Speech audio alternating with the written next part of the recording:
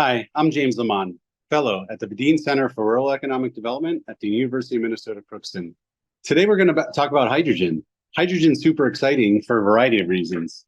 First and foremost, the federal government is making a huge bet, just like the Japanese, on the future of hydrogen and its augmentation to the existing energy grid, as well as on-the-ground driving. With respect to machinery and hydrogen fuel on the farm, hydrogen fuel cell technology drastically reduces carbon footprints due to the fact that it's using water vapor through an electrolysis process in order to create more or less the same mechanism and speeds as well as power that a traditional diesel combustible engine would have.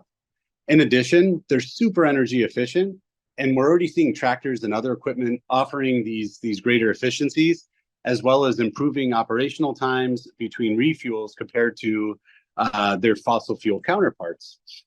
It's also a renewable source. I mean, it's pretty much, like I mentioned earlier, accomplished through water electrolysis or powered by solar, wind, or other hydroelectric energy, thereby reducing its impact on the environment. And then operationally speaking, after you get past the initial price tag, the operational costs are lower, especially as new technologies become more advanced. With respect to how hydrogen is enhancing soil health and fertilizer production, we're seeing very similar benefits. For example, with respect to fertilizer production and sustainability, hydrogen is becoming a key component in terms of producing the ammonias for the fertilizers that are being used.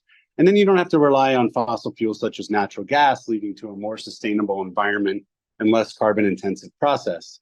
You also have fewer nitrous oxide emissions that occur as a result, thereby reducing greenhouse gases and then mitigating the environmental impact times two.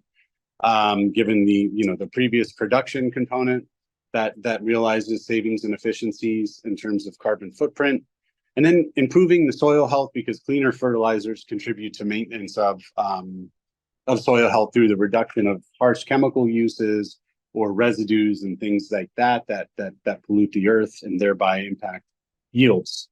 Lastly, energy for soil remediation. Hydrogen can be used as a clean energy source for that as well.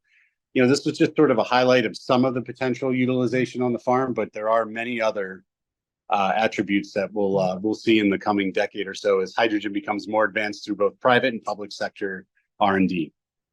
Thank you for joining me, and we'll see you next time.